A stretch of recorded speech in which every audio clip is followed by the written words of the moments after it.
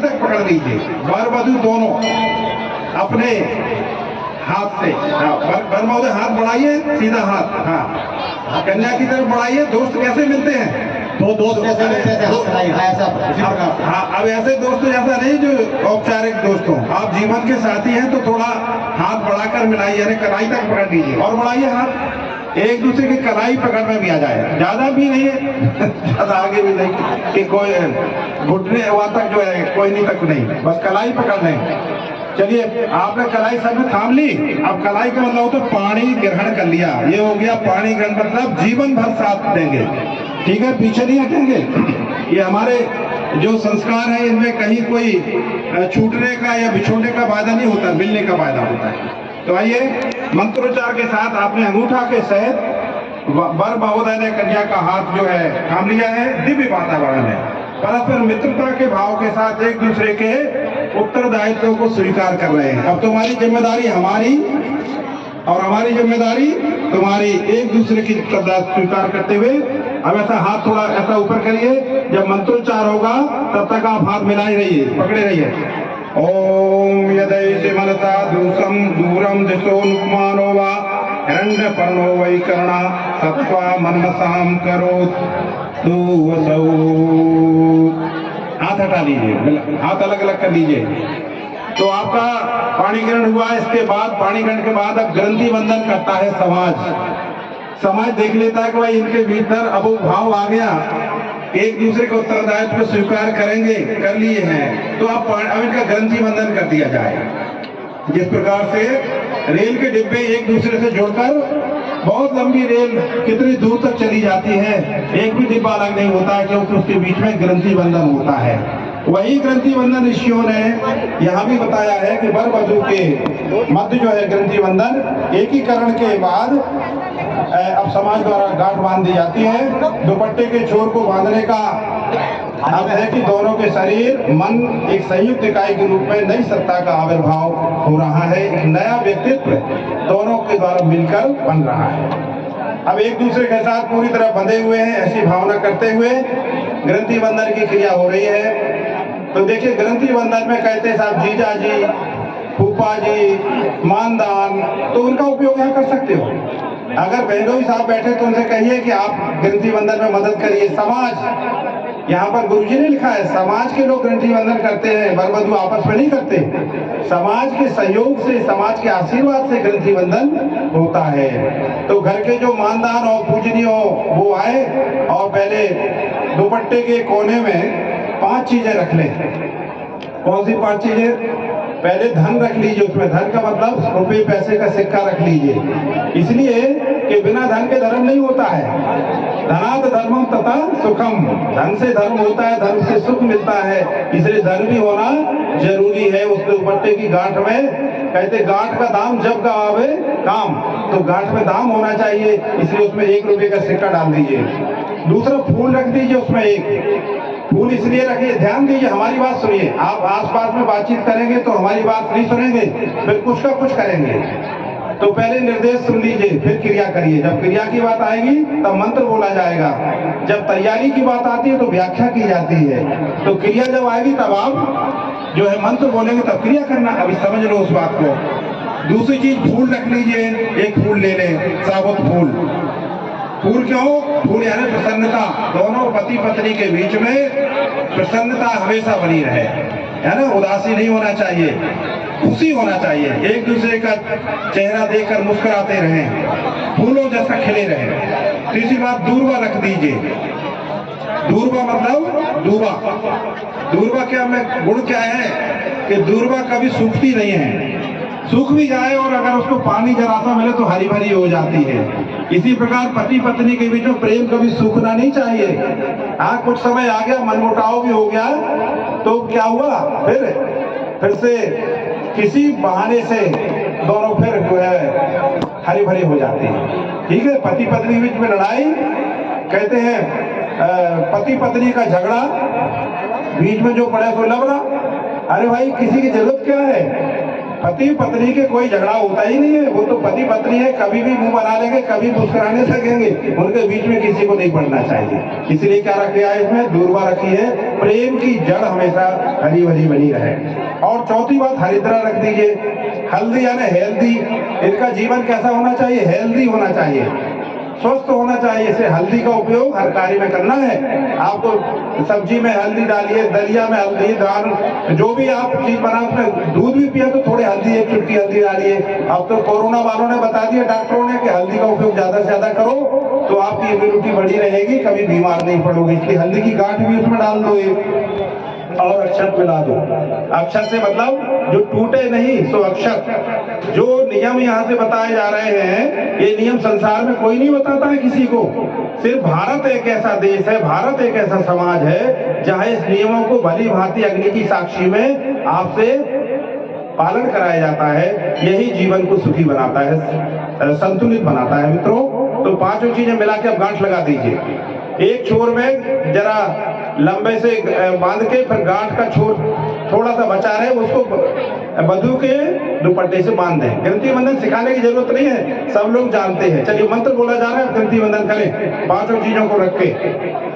यहाँ से निर्देश है, गुरुदेव ने किया है, कहा है कि भावना की जाए इस अवसर पर कि मंगल द्रव्यों के मंगल संस्कार सहित देव शक्तियों के समर्थन और स्नेह योग की सद्भावना के संयुक्त प्रभाव से दोनों इस प्रकार जुड़ रहे हैं, जो सदा जुड़े रहकर एक दूसरे का जीवन लक्ष्य यात्रा में पूरक बनकर रहेंगे। अब मंत्र बोला जा रहा है, ओम समंजंतो विश्वे देवा समापो हृदयानिनो सम्माश्रिष्वा संधाता समदृष्टि ददातु नो। बंद गया भाई, गद्दी बंधन हो गया सबका। पांच कितने जोड़े हैं? आठों जगह देख लीजिए, कोई छूट तो नहीं गया डॉक्टर साहब? कोई गद्दी बंधन से तो नहीं छूट गया? बोले गायत्री माता की। अब ग्रंथि बंधन हो गया है तो अगला क्रम पर चले, वर वधू की प्रतिज्ञाएं।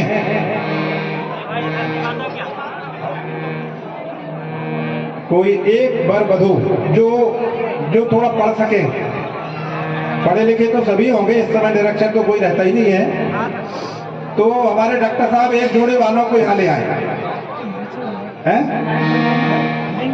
अरे यहाँ से बोलने में क्या दिक्कत है, आ जाए यहाँ पर। एक जोड़े को यहाँ बुला लीजिए, जो वाचन कर सकेगा एक जोड़े को बुला ले प्रतिनिधि रूप में। बोले गायत्री माता की। तो वर और वधू का जो संबंध होता है, ये एग्रीमेंट है, कितने जन्म का है? एक जन्म का नहीं है, ये 7 जन्म का होता है कम से कम। हमारे ऋषि कहते हैं, गवाही देते हैं। और विवाह जो है आध्यात्मिक उन्नति में कोई बंधन नहीं है।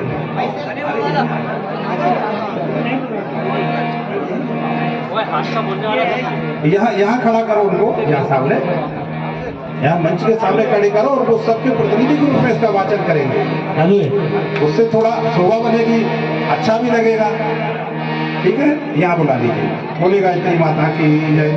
आइए अब जो है यहाँ खड़े हो जाए आप लोग, उस तरफ मुंह कर लीजिएगा,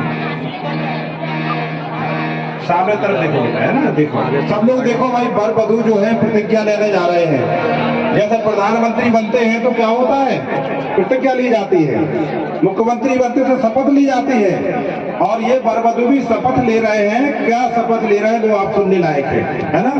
तो संस्कृत में गुरुजी की प्रतिनिधि रूप में हम बोलेंगे, हिंदी में वर वधू बोलेंगे, ठीक है। और बाद में दोनों ऐसा मुट्ठी बंद करके हाथ उठाएंगे, और दोनों भी सहमति है तो दूसरी प्रतिज्ञा कराएंगे, इस तरीके से।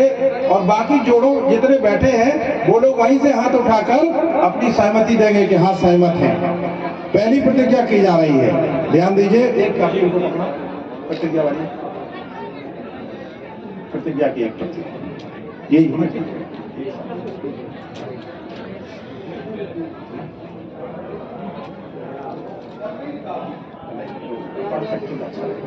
संस्कृत अपन बोलते, आप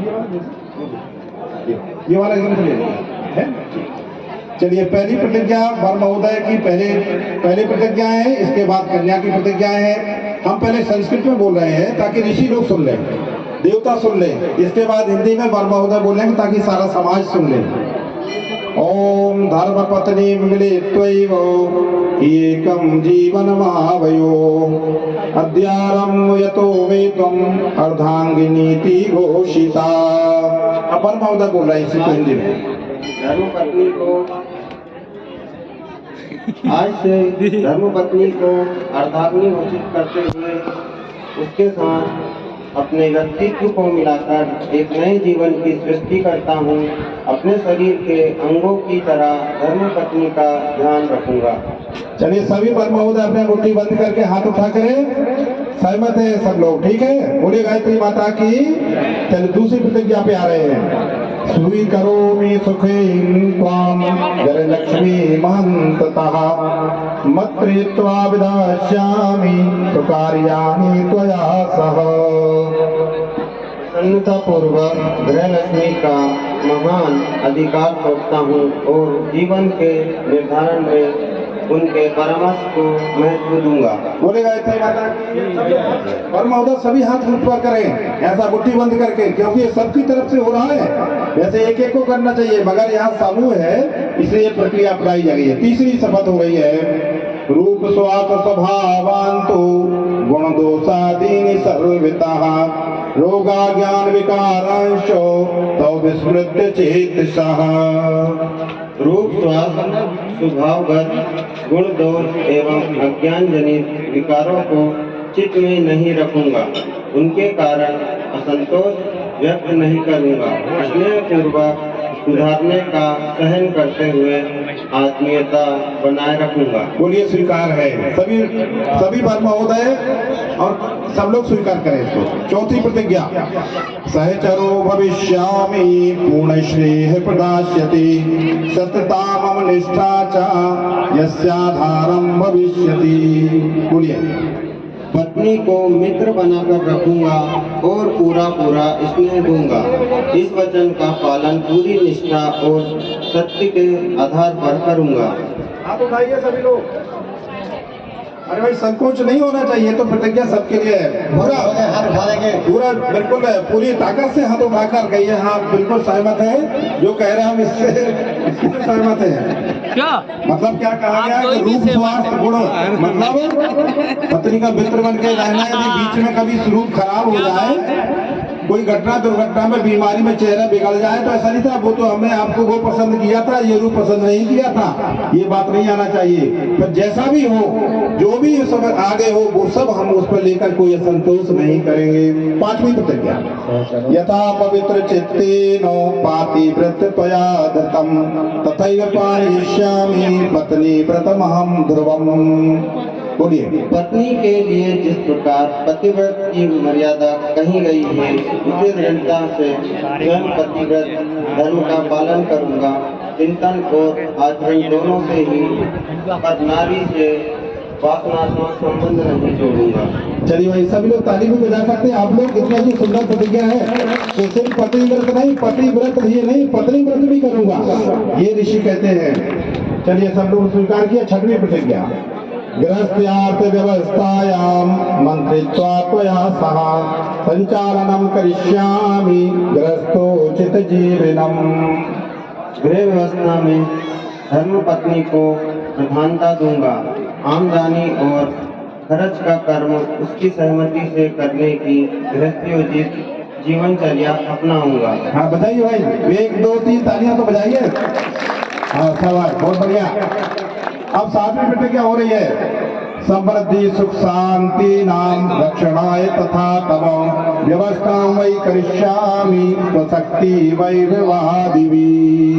धर्मपत्नी की सुख शांति तथा प्रगति सुरक्षा की व्यवस्था करने में अपनी शक्ति और साधनों आदि को पूरी ईमानदारी से लगाता रहूंगा। बोले गायत्री माता की जय। ताली बजाइए।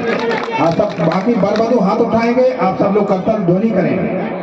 आठवीं प्रतिज्ञा है। यत्नशीलो भविष्यामि सन्मार्गं सेवितुं सदा आवयो मदभेदांच दोषान् संशोध शांतिः। अपनी ओर से मधुर भाषण और श्रेष्ठ व्यवहार बनाए रखने का पूरा प्रयत्न करूंगा। एक शब्द सुनने लायक है। मतभेदों और भूलों का सुधार शांति के साथ करूंगा। किसी के सामने पत्नी को लांछित तिरस्कृत नहीं करूंगा। हाँ, कितनी बड़ी बात है, किसी के सामने पत्नी को लांछित व तिरस्कृत नहीं करूंगा। ये बहुत बड़ी प्रतिज्ञा है। सब लोग ताली बजाकर स्वागत करें इसका। वर वधू हाथ उठाए। अब अंतिम प्रतिज्ञा है ये वर महोदय की। भवत्याः समर्थायां विमुखायां च कर्मणि विश्वासं तयोगं च मम प्राप्यसि त्वं सदा। पत्नी के असमर्थ या अपने कर्तव्य से विमुख हो जाने पर भी अपने सहयोग और कर्तव्य पालन में रत्ती भर भी कमी ना रखूंगा। बहुत सुंदर है, ताली बजाइए अपनी प्रतिज्ञा की और सभी लोग हाथ उठाकर स्वीकार करें इसको। सभी वर्ग अब कन्या कहती है कि हम भी जो है प्रतिज्ञा लेना चाहते हैं, ठीक है, क्योंकि ये तो परस्पर है। एक कोई कितना अच्छा हो, दूसरा सहयोग ना करे तो गाड़ी कैसे घूमेगी। दोनों पहिया की गाड़ी आगे बढ़ती है और एक पहिया रुका रहे, एक पहिया चले तो गाड़ी गोल गोल घूमती रहती है। तो आगे बढ़ाना है गृहस्थ की गाड़ी तो दोनों का सहयोग चाहिए। अब कन्या भी अपनी प्रतिज्ञा ले रही है। संस्कृत में हम बोलेंगे, हिंदी में कन्या वाचन करेगी। स्वजीवनम मिलित्वा भवतः खलु जीवने भूत्वा चार्दांगिनी नित्यं निवस्यामि गृहे सदा।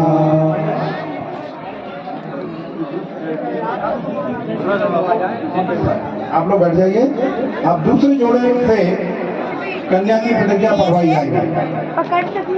हाँ बेटी, कोई संकोच मत करना। गुरुदेव माता जी के समक्ष आप इसको वाचन कर रहे हैं। ऋषिगण इसके साक्षी हैं, सूर्य भगवान इसके साक्षी है और सारा समाज इसका साक्षी है। चलिए, पहले हिंदी संस्कृत मैंने वाचन कर दी थी, अब हिंदी आप वाचन करो। अपने जीवन को पति के साथ संयुक्त करके नए जीवन की सृष्टि करूंगी। इस प्रकार घर में हमेशा सच्चे आर्थों में अर्धांगिनी बनकर रहूंगी। बहुत अच्छा। चलिए सभी करना है, हाथ उठा दें, सहमति दें, हम भी सहमत हैं इससे। अब दूसरी प्रतिज्ञा है, शिष्टता पूर्वकम सर्वे परिवार जनैः सह औदार्येण विधास्यामि व्यवहारं च कोमलम्। बोलिए दूसरी। पति के परिवार के परिजनों को एक ही शरीर के अंग बनकर सभी के साथ शिष्टता बरतूंगी, उदारता पूर्वक सेवा करूंगी, मधुर व्यवहार रखूंगी। बहुत बढ़िया। बोलिए गायत्री माता की जय। सब लोग हाथ उठा दीजिए। तीसरी प्रतिज्ञा, त्यक्त्वा लक्ष्यं करिष्यामि गृहकार्ये परिश्रमं भर्तुर्हर्षं हि ज्ञास्यामि स्वीयामेव प्रसन्नताम्। आलस्य को छोड़कर परिश्रम पूर्वक गृह कार्य करूंगी। इस प्रकार पति की प्रगति और जीवन विकास में समुचित योगदान करूंगी। बहुत बढ़िया, बहुत अच्छा। चलिए सब लोग हाथ उठा के सहमति दें। चौथी प्रतिज्ञा, श्रद्धया पालयिष्यामि धर्मं पातिव्रतं परम सर्वदेवानुकूलेन पत्योरादेश पालिका। पतिव्रत धर्म का पालन करूंगी। पति के प्रति श्रद्धा भाव बनाए रखकर सदैव उनके अनुकूल रहूंगी। कपट दुराव न करूंगी। निर्दोषों के अविलंब पालन का अभ्यास करूंगी। बहुत सुंदर। निर्देशों के अविलंब पालन का अभ्यास करना, आलस्य प्रमाद नहीं, तत्काल जो भी निर्देश है उसका पालन करेंगे। पांचवी प्रतिज्ञा, शुश्रूषण परा स्वच्छा मधुर प्रिय भाषिणी प्रतिजाने भविष्यामि सततम सुखदायिनी। सेवा, स्वच्छता तथा प्रिय भाषण का अभ्यास बनाए रखूंगी। ईर्ष्या, कुड़न आदि दोषों से बचूंगी और सदा प्रसन्नता देने वाली बनकर रहूंगी। बोले गायत्री माता की। बहनों से ताली बजाते नहीं बन रहा है। सोच रही कि हमने तो ली नहीं अपनी प्रतिज्ञा है। अरे तो दूसरे की तो ताली बजाओ और आशीर्वाद दो अपना। छठवीं प्रतिज्ञा, मृत्यु व्यक्त्येन गार्हस्थ्यो संचालने ही नित्यदा प्रस्तिष्ठे च सोत्साहं तवाहं गामिनी। नित्य व्ययी बनकर घर का संचालन करूंगी। फजूल खर्ची से बचूंगी। पति के आर्थिक या शारीरिक दृष्टि से असमर्थ हो जाने पर भी उत्साह पूर्वक गृहस्थ के अनुशासन का पालन करूंगी। बहुत बढ़िया। फिजूल खर्ची से बचूंगी, ये कितनी बड़ी बात है। कहते हैं महिलाएं ही फिजूल खर्ची की तरफ धकेलती हैं और ये कह रही फिजूल खर्ची से बचूंगी, तो घर में संपन्नता आएगी, निश्चित रूप से आएगी। सातवीं प्रतिज्ञा, देव स्वरूपो नारीणाम भर्ता भवति मानवाः मत्वेति त्वयां भविष्यामि यथा जीवनावधिम्। नारी के लिए पति देव स्वरूप होता है, यहाँ मानकर मतभेद भुलाकर सेवा करते हुए जीवन भर सहते रहूंगी, कभी भी पति का अपमान न करूंगी। बहुत सुंदर, तालियां बजाइए। सब लोग हाथ उठाकर सहमत थे, सभी बधुएं। आठवीं प्रतिज्ञा, पूज्या तब पितरो ये हृदया परमाही में सेव्या तो शिष्यामि तान सदा विनीचा। जो पति के पूज्य और श्रद्धा पात्र है, उन्हें सेवा द्वार और विनय द्वारा सदैव संतुष्ट रखूंगी। बहुत बढ़िया। पति के पूज्यों को, जितने पति के पूज्य लोग हैं उन सबको सेवा के द्वारा क्या रखेंगे, संतुष्ट रखेंगे, विनय के द्वारा। और नौवीं प्रतिज्ञा है, अंतिम में ये भी है, विकासाय सुसंस्कारैः सूत्रैः सद्भाववर्धिनी परिवार सदस्यानां कौशलं विकसाम्यहम्। बोलिए।